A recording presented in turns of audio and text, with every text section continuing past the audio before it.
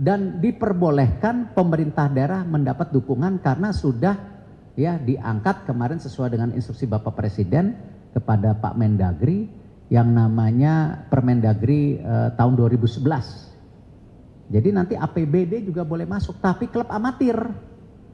Kalau nanti APBD masuk ke Liga 1, Liga 2 akan tertutup karena ada klub licensing, tidak boleh ada dana ya, dari pemerintah daerah. Tadi disampaikan dalam membangun kepercayaan publik, private sector dan pemerintah, ya tidak mungkin kalau PSSI-nya tidak terus meningkatkan dirinya, introspeksi untuk lebih profesional dan transparan. Di situ juga kenapa ini bukan promosi, ya PSSI juga mulai sekarang memfokuskan diri membangun talenta pengelolaan sumber daya manusia untuk di organisasi PSSI dengan lahirnya Garuda Academy yang didukung oleh FIFA dan AFC, di mana untuk batch 1 itu memakai kurikulum FIFA, direkrut 100 orang, alhamdulillah yang daftar kemarin hampir 4 kali lipat ya kan, tapi sayang yang diterima harus 100. Nah dari 100 itu nanti digodok menjadi 80 dengan kurikulum FIFA, dari 80 digodok menjadi 30 dengan kurikulum AFC, lalu digodok lagi menjadi 10 dengan kurikulum AFC. Berarti artinya sudah ada 10 terbaik untuk menyambung leadership yang ada di PSSI ataupun di organisasi olahraga lain. Karena kita membuka yang mendaftar itu tidak hanya Asprof atau provinsi PSSI atau bekas pemain atau klub atau pelatih yang mau jadi manajemen, tetapi juga kita membuka untuk cabur lain. Nah artinya apa? Tadi yang disampaikan Pak Victor, kalau nanti sistemnya terbangun, leadershipnya terbangun, profesionalismenya terus dibangun sehingga kepercayaan tetap sustain, tetap ada, ya itulah yang kita harapkan, yang namanya kerjasama dengan private sector, pemerintah, ataupun berbagai pihak bisa menjadi sebuah program berkelanjutan. Untuk program pembinaan menyeluruh sepak bola, piramida sepak bola itu kompleks dan luas. Kita tidak mungkin ya membangun sepak bola PSSI sendirian, tidak cukup dana. 650 miliar yang sekarang kita dapatkan itu 80% untuk timnas, sisanya untuk pembinaan provinsi dan sebagian memutar kompetisi grassroots. Nggak cukup. Liga sendiri terus kita sehatkan dan dia sudah ada perputaran duit hampir 600-700 miliar. Nah kenapa sekarang klub-klub di liga itu kita wajibkan juga ikut klub licensing? Ya, jadi tidak ada lagi tuh nanti ke depan isu nggak bayar gaji ini, bahkan mereka harus mulai membangun elite pro academy. Nah ini masih 2 wing.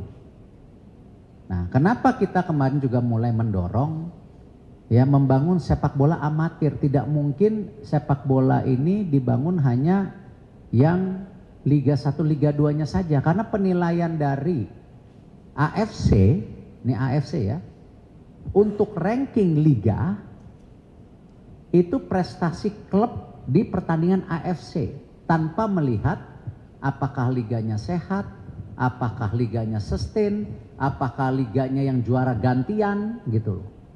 Nah di banyak negara sekarang sudah mulai lahir super club. Super club negara titik-titik, saya nggak mau sebutin mereknya. Super club negara titik-titik di Asia Tenggara nih, Tengah. Nah saya tidak mau mengambil jalan super club. Tadi makanya tetap membangun amatir Liga 3, Liga 4 ya. Di mana nanti Liga 4 akan berputar di perkotaan amatir ya. Selama 4 bulan, Liga 3 akan bermain di Liga ya provinsi nanti, kejuaraan provinsi.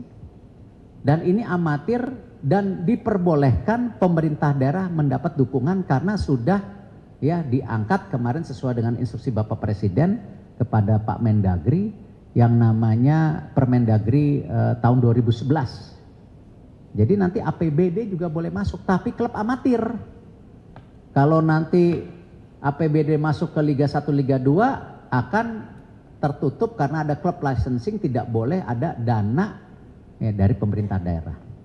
Artinya membangun sepak bola itu memerlukan pendanaan yang sangat besar. Artinya tidak cukup dari private sector aja, dari pemerintah pusat, daerah, dan tentu masyarakat. SSB itu yang mengelola masyarakat. Nah, jadi piramida ini harus mulai jalan. Memang di awal 2 tahun pertama PSSI fokus di piramida teratas tim nasional. Karena dengan membangun tim nasional yang punya mimpi dan harapan, kita menyatukan semua mindset, pikiran, dan hati kita untuk membangun sepak bola Indonesia. Baru kita bangun grassroots-nya. Gitu.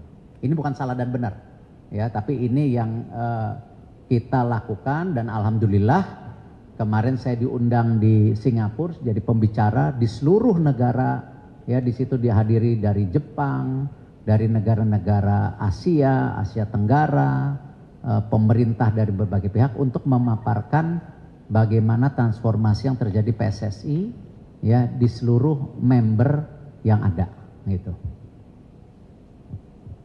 Baik, pertanyaan. I mentioned at the beginning the programs that the federation builds is not dividing between women and men football teams, especially for the national teams. But I think it's important when you create a programs there should be a consistency on building that programs. The fact also momentum is also important.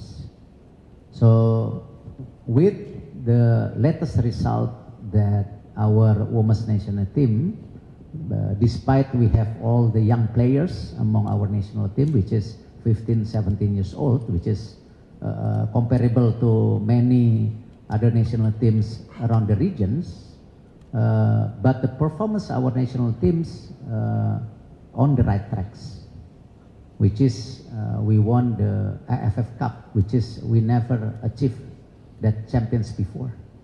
So this is why when we qualified on the qualification for AFC, which is will be placed in Indonesia also this month, which is next month. So there is a probability also that our team can compete among the top 3 teams in our groups.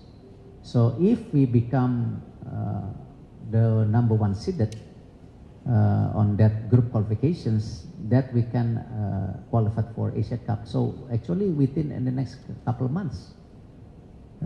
But to get to World Cup 2027, there's a long discussion we have to make and long programs we have to create it. And in terms of building the grassroots, as we mentioned before, is very important that not only building football to the top levels as a national team or League 1, League 2, but it's important to involve the grassroots level.